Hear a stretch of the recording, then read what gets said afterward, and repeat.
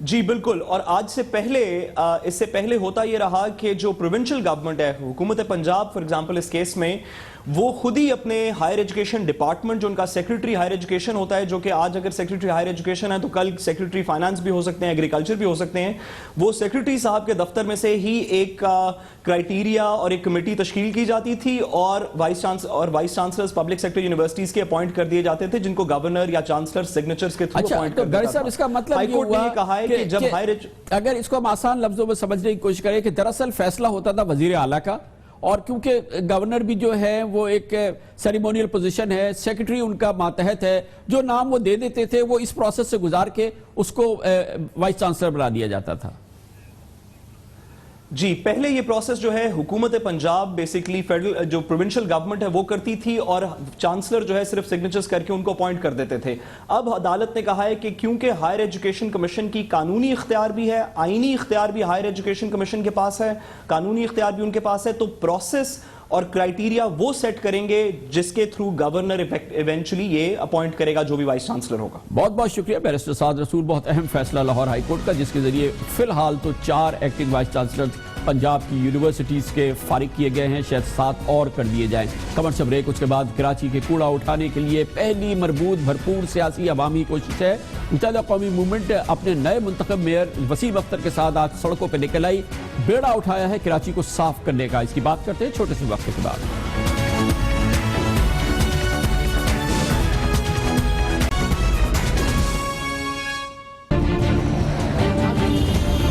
جہاں بھی گند ہے وہاں ایکشن لیا جائے گا۔ 1 ہفتے کے اندر اس شہر کو ہم نمایاں طور پہ صاف کر لیں گے۔ پہلے میں نے 48 گھنٹے کا ضرور کیا تھا، ٹائم ضرور لگے گا، صاف شہر ہوگا ضرور، اب وہ آپ کو نظر آئے گا انشاءاللہ۔ حکومت کی طرف سے جو نان کوآپریشن ہے وہ پورے کراچی کے لوگوں کے سامنے ہے۔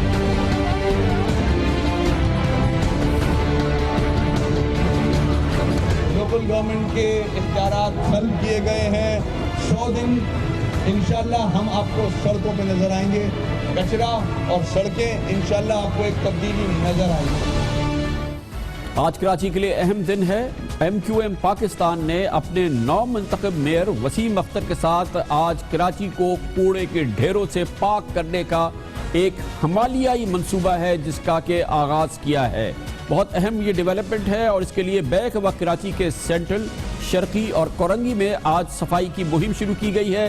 میئر وسیم اختر نے خود شاہ فیصل کالونی میں جھاڑو لگائی، ڈاکٹر فاروق ستار نے گلشن اقبال میں، اور ایم کیو ایم کے عامر خان نے لیاقت آباد میں جھاڑو لگائی، اور اس طرح سے کراچی میں پہلی بار ایک بھرپور انداز کی صفائی مہم کا آغاز کیا گیا ہے۔ آج کی صفائی مہم کو کراچی کے بدترین شہری مسائل کے حوالے سے ہم کہہ سکتے ہیں کہ یہ پہلا مربوط سیاسی اور عوامی رد عمل ہے، اور ہم اسے یہ بھی سمجھتے ہیں کہ یقیناً وزیر اعلیٰ سندھ سید مراد علی شاہ کے لیے یہ ایک ویک اپ کال ہے، یا ایک خطرے کی گھنٹی بھی ہم سمجھ سکتے ہیں کہ یہ ہو سکتی ہے۔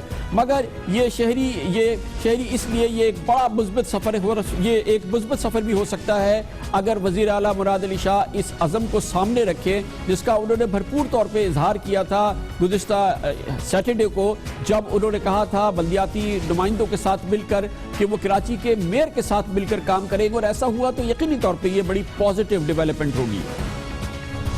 آپ کے جو مسئلے مسائل ہوں گے، میں نے جیسے بتایا جام خان صاحب سے، میں نے کہا تھا کہ ان کو امپاور کرنا ہے ہم نے، لوکل کاؤنسلز کو، جو ہمارے ڈسٹرکٹ کاؤنسل جو 3rd ٹیئر کے میونسپل والے، ٹاؤن والے، ان سب کو امپاور کرنا ہے۔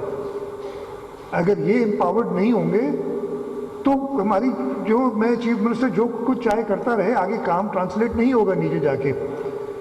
جو فنڈز ریکوائرڈ ہیں آپ ایک اسکیم بنائیں، ان باقی جو سہولتیں دینی ہے، اس لیے کہ اگر وہ سہولت نہیں ہوگی تو آپ خدمت نہیں کر سکیں گے لوگوں کی، اور اس میں ہم سب کا قصور ہے، آپ کا، میرا، ہمارے بڑوں کا نہیں ہے قصور۔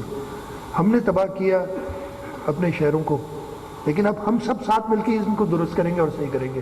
ہم ہر صورت پہ سمجھتے ہیں ایم کیو ایم پاکستان کی آج کی یہ کاوش اور یہ ابتدا کراچی کے 2 کروڑ لوگوں کے لیے خوشگوار خبر ہے، مگر ایم کیو ایم کے لیے جس نے یہ سفر شروع کیا ہے یہ کٹھن سفر بھی بن سکتا ہے، کیونکہ ڈاکٹر فاروق ستار کا کہنا ہے کہ جب 100 روز مکمل ہوں گے اس کیمپین کے، تب کراچی کے عوام کو یقینی بہتری نظر آئے گی۔